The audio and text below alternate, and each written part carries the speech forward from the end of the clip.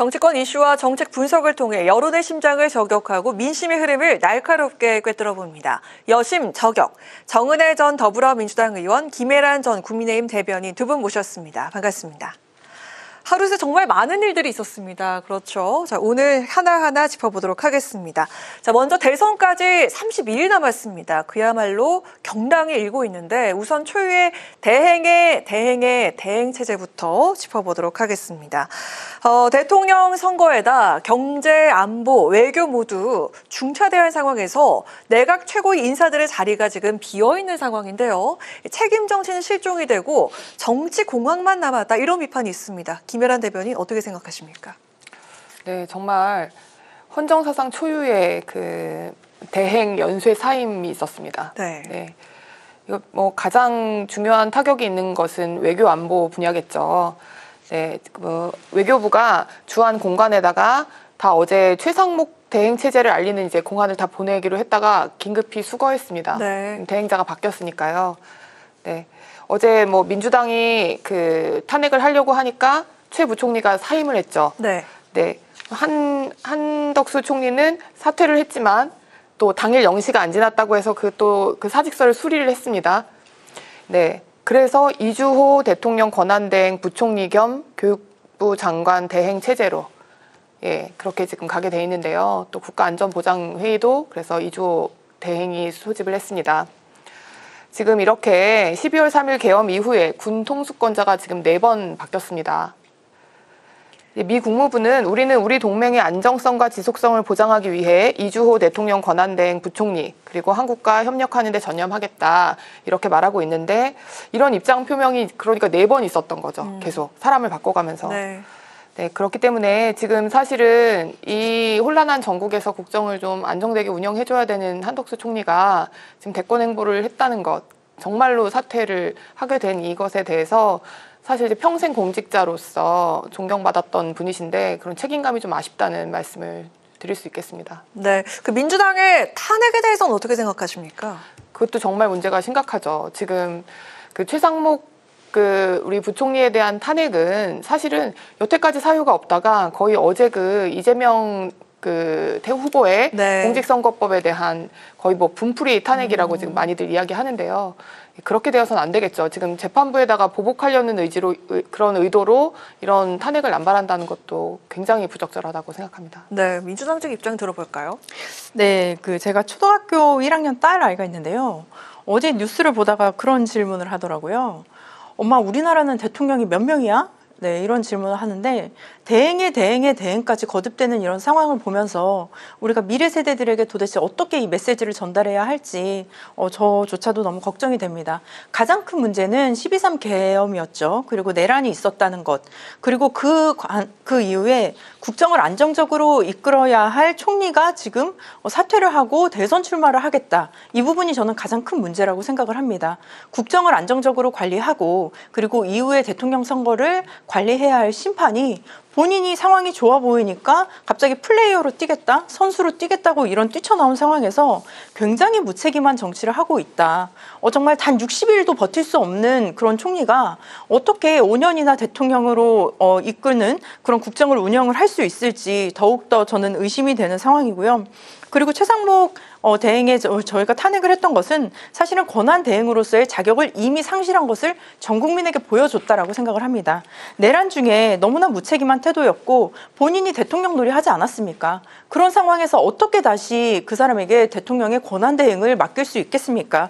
그렇기 때문에 그가 물려받는 날 민주당에서는 적법한 절차에 의해서 대행을 또 다시 할 수 있도록 그렇게 만들었고, 가장 안정적으로 국정을 운영할 수 있는 최소한의 장치를 만들었다고 생각해 주시면 좋을 것 같습니다. 네, 자, 그리고 대선판도 지금 출렁이고 있는 상황이죠. 파기환송에도 정면 돌파를 택한 이재명 후보가 흔들림 없이 오늘도 대선 행보를 이어가는 모습을 보여줬습니다. 하지만 국민의힘이 이재명 후보의 자격과 헌법 84조 논란을 부각시키면서 집중 공세를 펼치고 있는데 지금 구도는 내란 종식 때 방탄 대선이 된 것 같습니다. 이런 프레임 속에서 관련돼서 양당의 대응 전략을 들어볼까 합니다. 이번엔 정은혜 전 의원부터 들어볼까요? 네, 국민의힘이 최근에 무슨 뭐 방탄 대선이다 이런 얘기를 하고 있는데 오히려 저는 진실을 방탄하고 있는 정치의 술수가 아닌가라는 생각이 듭니다. 뭐 헌법 84조를 들고 있는데요. 네. 실제로 헌법 84조에는 대통령은 내란 또는 외환의 죄를 범한 경우를 제외하고는 재직 중 형사소치를 받지 아니한다라고 되어 있습니다. 그렇기 때문에 이것은 면책 조항이지 대통령 자격을 박탈하는 규정이 아닙니다. 그리고 지금 이재명 대표가 선거법으로 심사를 받고 있는 것도 네. 사실은 지난 대선에서의 선거법에 관련된 것이지 해당 그 선거에서의 선거법이 아니기 때문에 이것도 당의 선거가 아니기 때문에 대통령이 되어도 영향이 없다고 지금 판단이 되고 있습니다. 지금 헌법 84조에 대한 논란은 사법을 정치화하려는 시도로 보여지고 또 국민들의 판단을 흐리게 하려는 방탄 프레임이라고 저는 생각이 됩니다. 지금 이번에 그 대법원의 결과를 봤을 때 6만 쪽에 달하는 페이지를 9일 동안 12명의 대법관이 읽었다고 합니다. 저는 좀 이해가 되지 않는 부분이 무슨 대법관이 AI 판사도 아니고 그 짧은 시간 안에 그 방대한 양의 심사를 하고 그리고 두 차례 상고로 인해서 이 결정을 내렸다는 것이 너무나 졸속적이고 네. 더불어민주당에서는 합리적인 의심을 할 수밖에 없는 상황입니다. 그리고 나서 1시간 뒤에 한덕수 총리가 대통령 총리를 사퇴하고 또 출마의 의지를 또 밝히기도 했죠. 그렇기 때문에 이러한 그 국가의 상식적인 선에서 좀 인정을 할 수 없는 판이 만들어지고 있다는 것. 이것은 정말 민주주의에 대한 반기이자 정말 사법의 쿠데타라고밖에 볼 수가 없는 상황입니다. 네, 무엇보다도 지금 헌법 84조에 대한 해석이 분분한 것 같거든요. 어떻게 생각하십니까? 헌법 84조는 지금 그 이재명 대표가 지금 받고 있는 형사 재판이 중지되냐 아니냐 이 문제라서 사실 아까 말씀하신 그 당선이 무효가 되는지 아닌지는 그것과는 사실 조금 다른 차원의 문제고요. 네. 일단 84조부터 이야기를 하겠습니다. 지금 사실은 그 후보 등록일을 열흘 앞두고 이렇게 그 유죄 취지의 그 파기환송 판결이 나온 것은 어떻게 보면 민주당 입장에서 최후로 후보를 교체할 수 있는 기회가 생겼다고 그렇게 판단하는 것이 맞습니다. 그래서 후보를 교체할 수 있는 기회다? 네, 맞습니다. 이게 지금 피선거권 박탈에 해당하는 지금 선거법에 그런 유죄 판결이 나온 것과 마찬가지입니다. 이것이 지금 대법원에서 전원합의체로 지금 유죄 환송 판결을 했다는 이야기는 네. 앞으로 이 하급심 법원들이 그 유죄의 취지에 기속되거든요. 그러니까 이제 무죄 판결은 나올 수가 없는 겁니다. 만약에 무죄를 쓰면 다시 파기가 되는 거예요. 그렇기 때문에 이제 유죄 판결은 확정인 것이고 다만 그 확정의 시기가 환송 후에 이제 2심 갔다가 다시 3심까지 간다고 하면 그냥 그 시간만 남아있을 뿐이지 유죄 판결을 받았다고 보면 되는 겁니다. 네. 말하자면 피선거권 상실에 해당하는 즉 후보 자격이 없는 사람이 된 거예요. 아니 지난주에 우리 김혜란 전 대변인께서는 파기환송을 또 예측을 하셨었잖아요. 네, 제가 그때 소부에서 전원합의체로 이렇게 즉각 이렇게 올린 것은 네네. 상고를 기각하려고 하면 그럴 이유가 없었다. 이것은 대법관 전원의 의견을 다 들어보고 이것에 대해서 파기 환송을 하기 위한 절차일 것이다라고 예측을 했었죠. 네네. 네. 사실은 그 2심에서 전부 무죄가 나왔던 부분, 그 논란이 되었던 골프 발언, 백현동 관련한 발언들, 이 부분이 이제 허위사실 공표라고 인정이 된 것입니다. 그 부분에 대해서 무죄가 났던 부분에 대해서 많은 법조인들이 사실 상식에 맞지 않고 사회 정의에 맞지 않는다고 이야기했는데 그래도 3심에서 바로 잡혀서 다행인 것이고 그렇기 때문에 이 부분이 후보 등록일 이후에 밝혀졌다라고 하면 지금 사실 민주당은 대권 후보가 없어지는 결과가 되지 않습니까? 네. 그나마 사실 최후의 기회가 생겼다고 보는 것이 지금 합리적일 텐데요. 지금 어떨지 모르겠습니다. 사퇴할 생각은 없어 보이기 때문에. 네, 알겠습니다. 지금 좀 다들 관건으로 볼 것은 이재명 후보의 파기환송이 과연 최종 결과 어떻게 좀 작용을 할 것인지, 과연 영향이 있을 것인지 이런 것들일 텐데 일단 후보들의 면면을 좀 짚어보고 최종적으로 좀 정리를 해서 질문을 다시 드리도록 하겠습니다. 네. 그러면 네, 제가 네. 아까 누락됐던 그 84조 부분 다시 말씀드리겠습니다. 네, 좋습니다. 네.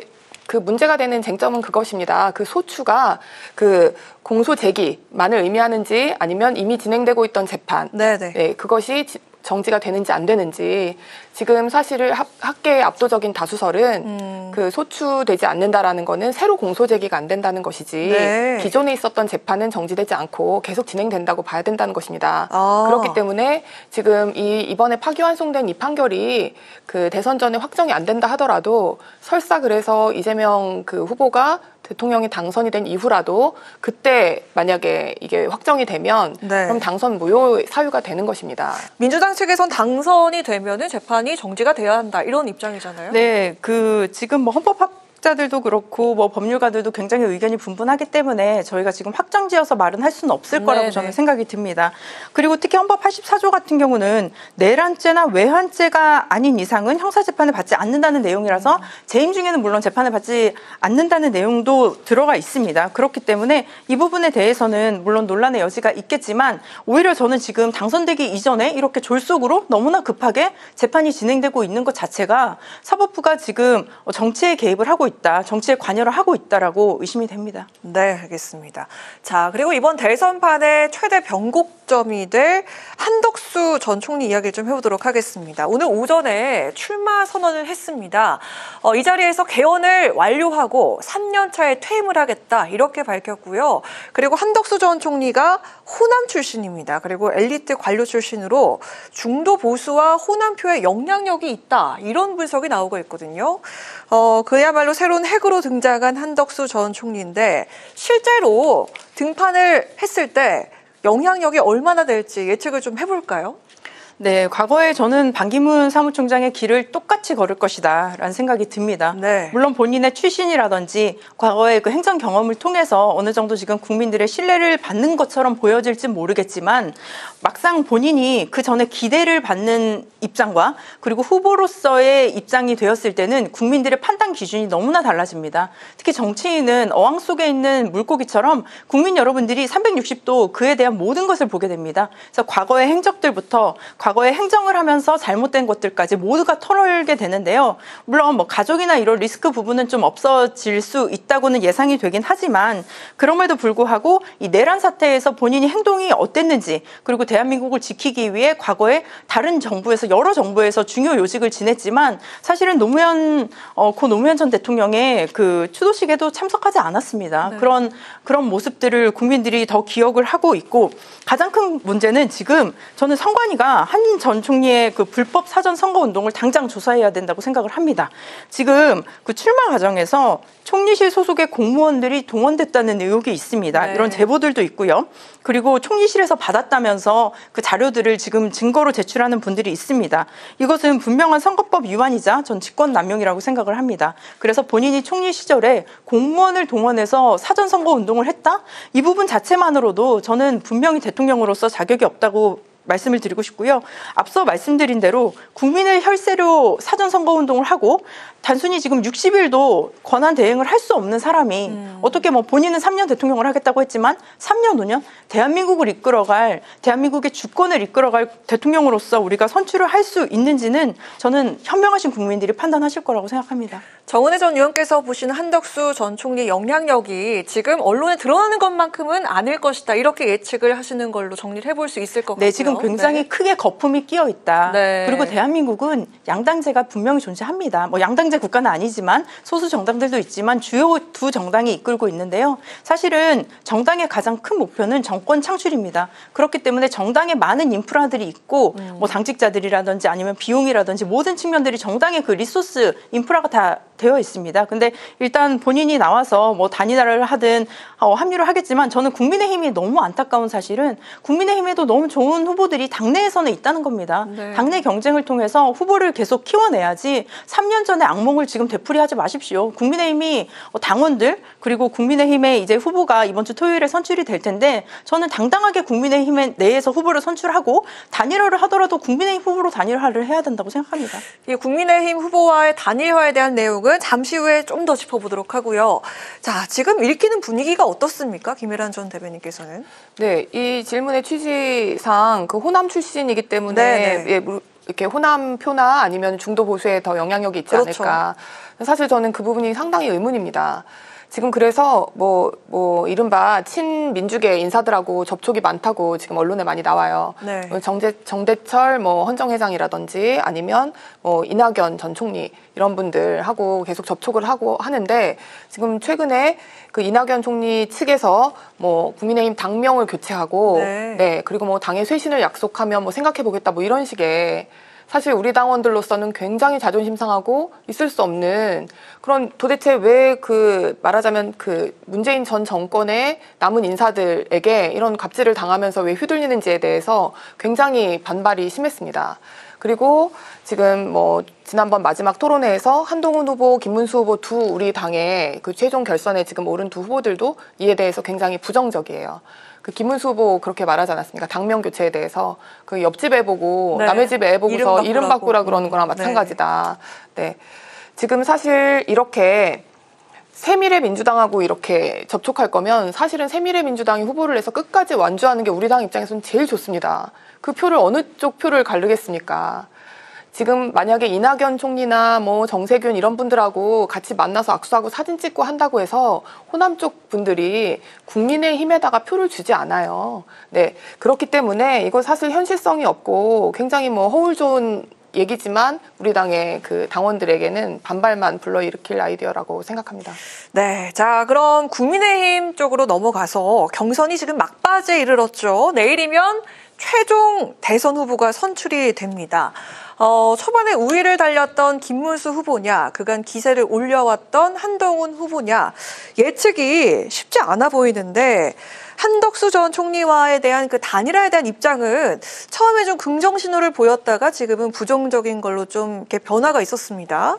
그리고 이재명 후보의 파기환송 결정이 과연 이 판도 최종 결과는 어떻게 작용을 할지 누가 먼저 예측을 좀 해보는 게 좋을까요? 저희 당 먼저 할까요? 김혜란 전 대변인께서 말씀해 주시죠. 사실 비상계엄 이후에 새롭게 강자로 등장했었죠. 우리 김문수 후보께서는. 그래서 그때부터 최고점을 찍고 1월부터 사실 그 이후로 쭉 하락세입니다. 그리고 한동훈 후보 같은 경우는 작년 내내 그래도 우리 당의 유일한 대권 후보로서 1위였다가 비상계엄 이후에 최저점을 찍고 그리고 나서 2월 말에 다시 복귀하면서 정계에서 다시 등장하면서 그 뒤로는 상승세입니다. 그래프로 보면 교차하는 지점이다 이렇게 보시는 거죠? 그래서 지금 골든크로스가 언제 나타났는지 그 부분에 대해서 사실 우리가 알 수 없기 때문에 사실은 판은 까봐야 될 것 같아요. 투표함을 열기 전에는 사실 내일 전까지는 모를 것 같고 누구도 확언할 수 없을 것 같습니다. 그런데 이제 단일화 관련해서 입장에 대한 이야기를 해보면 사실 김문수 후보도 많은 분들이 예상하는 것처럼 만약에 후보가 됐을 때 순순히 그냥 바로 한덕수 총리에게 양보한다든지 이런 일이 일어나지 않을 것 같아요. 그럴 수도 없는 것이고 또 마지막 토론회에서도 그럼 나중에 한덕수 총리에게 양보할 거냐 그랬더니 무슨 말이냐 그게 말도 안 되는 질문이라고 했죠. 굉장히 부정적인 입장을 밝혔습니다. 오늘도 단일화의 불쏘시개 역할을 하는 거 아니냐 이런 질문 하니까 아니 무슨 불쏘시개가 충남까지 와가지고 도지사를 만나겠냐 이렇게 하면서 또 아니라고 하셨어요. 당연한 겁니다. 우리 당원들이 지금 당원 투표를 2번 했어요. 저도 이제 4명 중에서 1명 과반이 안 넘었기 때문에 그때 한 번 하고 이제 결선 투표를 어제 오늘 해서 이틀 동안 했습니다.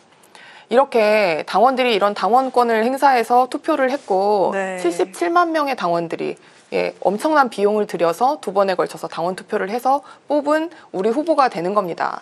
내 손으로 뽑은 내 후보가 그 다음에 갑자기 우리가 어떤 의사를 표시하지도 않았는데 무소속이라든지 아니면 다른 당 후보에게 그 후보의 지위를 넘긴다. 사실 그게 당원들이 언뜻 납득하기 힘든 일이죠. 그리고 또 이재명 후보의 파기환송 판결이 어떤 영향을 미칠지 이거 아까 여쭤보셨는데 글쎄요. 이거는 사실은 이재명 대표하고 사실 줄곧 대결 구도를 이제 이끌어온 것은 사실 한동훈 후보기 때문에 어제 하루만도 제 생각에는 표심이 굉장히 영향이 있었을 것 같긴 합니다. 어제 판결 이후에. 굉장히 전투적인 자세로 이재명하고 싸워서 이길 그런 진흙탕 싸움으로 간다고 하면 싸울 그런 공격력 있는 사람 나밖에 없다. 지금 오늘 하루 종일 그런 취지의 메시지가 나오고 있습니다. 그래서 이런 대법원 재판에 대해서 불복하는 발언 민주당 인사들이 마구 하고 있는데 그것에 대한 지금 우리 당의 많은 반발 이런 것들이 표로 좀 영향이 있었을 것 같습니다. 우리 김혜란 전 대변인께서 많은 것을 쏟아내 주셨고요. 정은혜 전 의원께서는 또 어떻게 관측하시는지 일단 파기환송이라는 사법 결정이 있었지만 어제 파기환송 판결이 나고 이재명 후보에 대한 검색량이 굉장히 급증을 했고요. 그리고 관련된 이재명 후보와 관련된 책의 판매량이 또 급증을 했습니다. 그 말은 이재명을 지지하는 지지자들이 더 하나로 똘똘 뭉치고 그 지지의 새가 눈덩이처럼 불어날 수 있다라는 말씀을 드리고 싶습니다. 그리고 국민의힘과 관련해서는 그 단일화에 대해서 너무나 좀 낙관적으로 생각을 하는 것이 아니냐라는 생각이 듭니다. 보통은 정치공학적으로도 한 사람과 한 사람이 단일화했을 때 만약에 1 더하기 1이라고 하면 2나 3이 될 수가 없습니다. 단일화라는 것은 한 후보가 있을 때 둘이가 단일화를 하잖아요. 그럼 사실 플러스 마이너스 저는 1.5라고 생각을 합니다. 빠져나가는 게 분명히 있을 맞습니다. 것이다. 네. 그 후보를 지지했던 사람들이 빠져나갈 수가 있고 또 지금의 단일화는 더욱더 시너지를 낼 수가 없는 구조가 한덕수라는 그 제3의 인물이 있기 때문에 그 제3의 인물을 염두에 두고 아마 5월 3일에 투표가 진행이 될 겁니다. 네. 그렇다면 진정으로 그 김문수 후보와 한동훈 후보를 지지하고 그들이 대통령이 되기를 바라는 사람들이 그들에게 투표를 제대로 정상적으로 할 수 있는 구조가 되는 건지 그 부분도 저희가 파악을 하기 어렵고 거기다가 한덕수 이제는 후보가 될 수도 있겠지만 네. 후보 같은 경우는 정치의 경험이 없습니다. 행정의 경험은 많지만 그렇다면 정치라는 것은 작은 말 한마디, 작은 행동 하나로도 민심이 요동치고 굉장히 큰 변화를 이끌 수 있습니다. 저는 굉장히 리스크가 큰 후보라고 생각을 하는데요. 그런 큰 후보와 단일화를 하겠다? 그렇다면 이것은 우리가 어떻게 수치로서 이렇게 조합을 할 수 있는 것이 아니라 굉장히 좀 분열의 리허설? 분열이 계속 또 지속이 되는 그런 상황이 되지 않을까 싶습니다. 네, 일단 그렇다면 저희가 마지막으로 다뤄볼 주제는 이 단일화 과정에 대한 이야기를 좀 해볼까 하는데요. 내일 최종 후보가 국민의힘에서 선출이 되고 나면은 곧바로 단일화 작업이 시작이 될 것 같습니다. 당 내에서 잡고 있는 그 마지노선 기간이 5월 6일이나 7일이니까 지금 시간이 되게 촉박한 그런 상황인 것 같습니다.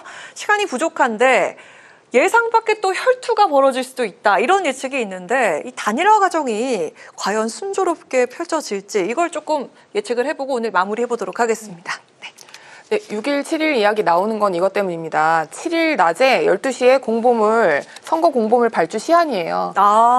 네. 그렇기 때문에 지금 6일, 7일을 이야기하는 거고 사실 그러면 5월 3일에 전당대회를 하고 3일 안에 이제 지금 단일화가 돼야 된다는 건데 저 사실 굉장히 현실적으로 힘들 거라고 생각합니다. 그렇네요. 네. 그리고 그 다음 시한은 이제 후보 등록일이 10일, 11일 이틀에 걸쳐서 이루어집니다.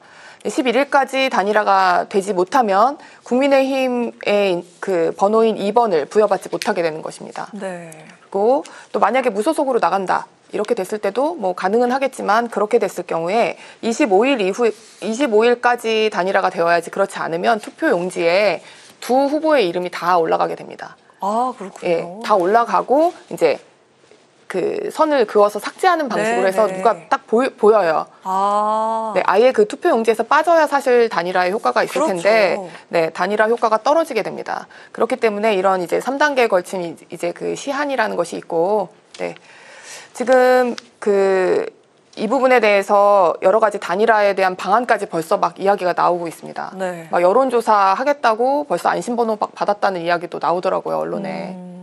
근데 사실은 여론조사는 당원 투표하고는 다릅니다. 당원 투표는 전 당원에게 다 문자나 이렇게 전화가 가는 것이고요.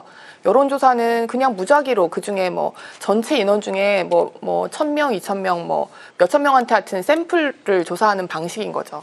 근데 지금 당원 투표라는 거는 직접 민주주의 방식으로 당원 주권에 꽂힙니다. 우리가 다 같이 투표를 해서 뽑은 후보예요. 그런데 어떤 방식으로든 여론조사의 방식으로든 아니면 또 콘클럽에 이렇게 비밀리에 이야기해서 단판을 짓겠다.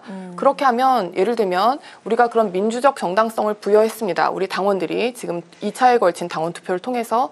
근데 그렇게 뽑힌 그 후보는 대권 후보는 굉장한 권한을 갖게 됩니다. 왜냐하면 그 당대표하고 유사한 거의 같은 지위를 갖게 돼요. 당무 우선권이라고 해서 다 당에 대한 중요한 사항을 다 결정할 수 있는 후보가 되는 겁니다. 그런데 그 사람이 갑자기 그냥 만약에 우리 당에 입당을 했다고 하면 평당원, 입당하지 않았다고 하면 무소속의 다른 후보에게 이 권한을 그냥 다 갖다 주라는 이야기예요. 어떤 민주적 절차 없이. 그게 사실은 공직선거법에 당내의 경선도 민주적 절차에 따라야 한다라는 규정이 있습니다. 네. 그렇기 때문에 이게 함부로 할 수가 없을 거고 지금 이렇게 다들 정치공학적으로 생각을 해서 상상 속에 이렇게 되면 이때까지는 단일화를 하고 누구는 사퇴시키고 이런 게 아마 뜻대로 잘 되지 않을 거라고 생각합니다. 민주당 측에선 이런 과정을 지금 거칠 필요가 없죠. 일찌감치 정해졌기 때문에 지금 민주당 측에선 국민의힘과 한덕수 전 총리 이 단일화 같은 이런 과정들 어떻게 좀 생각을 하셨는지 들어볼게요. 일단은 더불어민주당 같은 경우는 지난 일요일에 후보가 선출이 되었고 수요일에 선대위가 발족을 했죠. 그래서 앞으로도 계속 선대위에 이번 주 주말에도 각 지역별로 선대위의 구성이 발표가 되고 행사가 다 치러질 예정입니다. 그런 측면에서 봤을 때 굉장히 좀 단합적이고 저희는 사실 또 3년 전에 한 후보를 중심으로 뭉쳤던 경험이 네. 있기 때문에 그 뭉쳤던 분들이 또 다시 각 지역에서 또 활동을 하게 되죠. 굉장히 짧은 시간임에도 불구하고 조직적이고 체계적이고 준비가 된 그리고 특히 정책적으로도 이재명 후보 같은 경우는 굉장히 준비가 잘 되어 있습니다. 지금도 계속 토론회를 하고 있고 청년들과 노동자들과 서민들과 만나는 미팅들을 계속 하고 있죠. 그런 반면에 국민의힘 후보 같은 경우는 지금 기술적으로는 5월 11일이 후보자 등록이기 때문에 그 전에 후보를 등록해야 김혜란 대변인님께서 말씀하셨던 것처럼 투표 용지에 본인의 이름이 나오게 되어 있습니다. 저는 그게 굉장히 중요하고요. 사실은 2번이라는 그 번호가 있어야겠죠. 1번, 2번 대통령 후보가 있을 때 2번을 받을 수 있는 후보가 누구냐라는 생각을 해보면 5월 3일에 대통령 후보가 국민의힘 후보가 선출이 되겠죠. 그렇다면 그 선출된 대통령 후보는 당에 대한 모든 권한을 가지게 됩니다. 말씀해 주셨던 것처럼. 그렇다면 그 후보가 자신의 후보의 그 권한을 포기하면서까지 단일화를 열정적으로 할 수 있을까라는 생각이 듭니다. 네. 특히 단일화를 하려면 말씀하셨던 대로 이제 그 규칙과 룰이 정해져야겠죠. 전국민 투표로 할 건지 아니면 당원 투표로 할 건지 뭐 50대 50으로 할 건지 여론조사로 할 건지 뭐 대면 조사로 할 건지 네. 아니면 당의 뭐 원로들로 구성된 어떤 회의체에서 결정을 한다든지 이런 룰을 세팅하는 것부터가 문제가 될 겁니다. 그 룰을 누구에게 유리한 방법으로 할 것이냐 또 역선택 조항은 어떻게 우리가 해결을 할 수 있느냐. 정은혜 전 의원께서 선대위에 계셨었죠? 네, 저는 그 지난 대선에도 그리고 네. 총선에도 그리고 선거관리위원도 했었고요. 뭐 공천심사위원도 했었고 그런 활동들을 많이 했기 때문에 그런 당무 절차를 잘 알고 있습니다. 그 과정에서부터 힘의 싸움이 시작되기 때문에 오히려 당 내부의 그런 싸우는 모습들이 언론에 공개가 됐을 때는 네네. 국민 여러분들이 신뢰할 수 있을까요? 이 짧은 시간에 정책도 준비가 안 되어 있고 당내에선 내부에서는 누가 그 권력을 잡는 싸움만 보여준다면 국민은 바로 준비가 되어 있는 후보에게 투표를 하지 않을까 싶습니다. 그럼 마지막으로 정은혜 전 의원께 하나만 여쭙도록 하겠습니다. 보통 이 선거철에는 누가 나오면 땡큐, 땡, 나 땡 이런 식으로 나오는데 오늘은 좀 질문을 바꿔서 이 상대 당에서 누가 나오면 민주당 입장에서 좀 까다로울지 좀 예측을 해보도록 하겠습니다. 어떤 후보가 나와야 좀 까다로울까요? 근데 저는 국민의힘에선 누가 나와도 자신이 있다. 더불어민주당은 자신이 있다라는 입장입니다. 누가 나와도 땡큐다? 네, 왜냐하면 윤석열 전 대통령의 내란으로 인해서 그리고 본인이 대통령직을 얻지 못함에 의해서 벌어진 선거입니다. 그렇다면 저는 적어도 국민의힘이 반성하는 모습을 보이고 윤석열 정부와는 다른 결로 확실하게 선을 긋고 나아가야 하는데 지금 윤석열 정부에서 제2인자였던 한덕수 총리와 단일화를 하겠다고요? 그걸 모색을 하고 있다고요? 아무리 한동훈 대표가 본인이 다르다고 얘기하지만 만약에 한덕수 총리와 단일화를 하는 순간 그 의미는 네. 퇴색될 수밖에 없습니다. 네, 우리 김혜란 전 대변인께서도 마지막 마무리 발언기에 한번 가지시죠. 사실 뼈아픈 얘기입니다. 지금 저렇게 후보가 정해진 입장에서 뛰고 있는 민주당에 비해서 우리 당 사실 룰에서 없었던 결선 투표까지 만들었고요. 그렇지 않았으면 지금 사실 4월 29일에 결정됐을 거 아닙니까, 후보가. 네. 그래서 지금 5월 3일로 거의 일주일 가까이 미뤄지고 또 그 산 넘어 산이라고 그 다음에 지금 단일화 대상을 지금 당 밖에서 지금 마련해놓고 지금 오히려 당 지도부가 기다리고 있는 형국입니다. 그래서 언제까지 단일화를 했는지 후보가 정해지지 않은 상태가 이렇게 길어지는 것, 이것이 지금 당 지도부가 너무 안일하게 대처하고 있는 것이 아닌가, 그 부분에 대해서 아쉽습니다. 좋습니다. 오늘 이렇게 마무리해 보도록 하겠습니다. 자, 내일부터 연휴가 시작이 됩니다. 나흘 동안 정치권과 여론이 과연 어디로 움직이느냐가 6.3 대선의 향방을 좌우하지 않을까 싶습니다. 자, 지금까지 정은혜 전 더불어민주당 의원, 김혜란 전 국민의힘 대변인과 함께한 여심저격 시간이었습니다. 두 분 고맙습니다.